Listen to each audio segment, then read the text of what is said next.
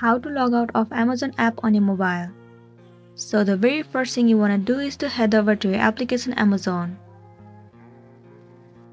It will land you on the home page of Amazon. Tap on your profile icon at the bottom. And then head over to your account. Right over here, scroll down and inside account settings, you'll find the option of switch accounts. Tap on it. Well, due to some privacy of this application, I won't be able to share the screen.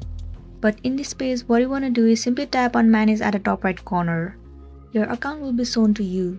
You will find the cross icon beside your profile. You just need to tap on it and then click on sign out.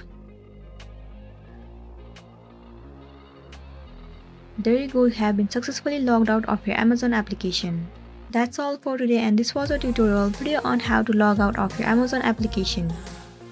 I really hope this video is going to be helpful for you. Thank you for staying with us till the end.